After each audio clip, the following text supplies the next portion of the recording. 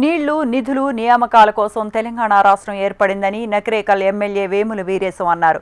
గత ప్రభుత్వం ఉద్యోగాలు ఇవ్వకున్నా కనీసం నీరు కూడా సరఫరా చేయలేకపోయిందని విమర్శించారు. 1,00,000 కోట్ల రూపాయలతో కాళేశ్వరం పేరుతో కూలేశ్వరాన్ని కట్టారని ఎద్దేవా చేశారు.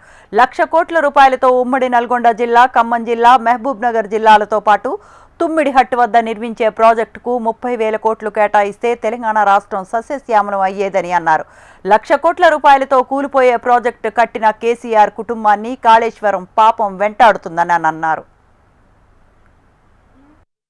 తెలంగాణ రాష్ట్రం వస్తే నిధులు వస్తాయి, నీళ్లు వస్తాయి, ఉద్యోగాలు వస్తాయి అని చెప్పేసి భావించి ఉద్యోగాలు ఎట్లాగా రాలేదు, నిధులు 4 నియోజకవర్గాలకే పోయినాయి, ఒక కుటుంబానికి పోయినాయి అనేటువంటిది తెలంగాణ ప్రజలు భావించారు. కనీసం నీళ్ళన్నా వస్తాయని చెప్పేసి ఆశపడ్డరు, ఆలోచించారు.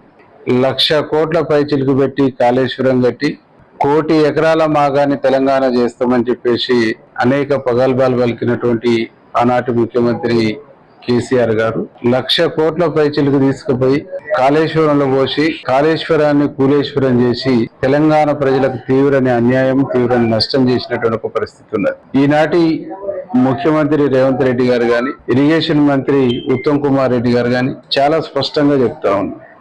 అదే 1,00,000 కోట్ల పైచిలకు నిధులు ఖర్చు పెడితే ఖమ్మం జిల్లా, నల్గొండ జిల్లా, మహబూబ్నగర్ జిల్లా ఎటే టైంలో ప్రాణహిత చేవెళ్ళ ఇవన్నీ కూడా పూర్తయ్యాయని చెప్పేసి చాలా స్పష్టంగా చెప్తాం. తమిడిహట్టి దగ్గర ప్రాజెక్టు కట్టి ఉంటే 30,000 కోట్లతో అది పూర్తి అయ్యేది.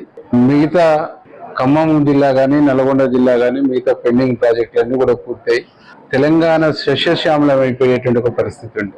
మిగతా ప్రాజెక్టులు పూర్తి కాలేదు. 1,00,000 కోట్ల పైచిలకు కాళేశ్వరం పోస్తే కాళేశ్వరం కూలిపోయినటువంటి ఒక పరిస్థితి.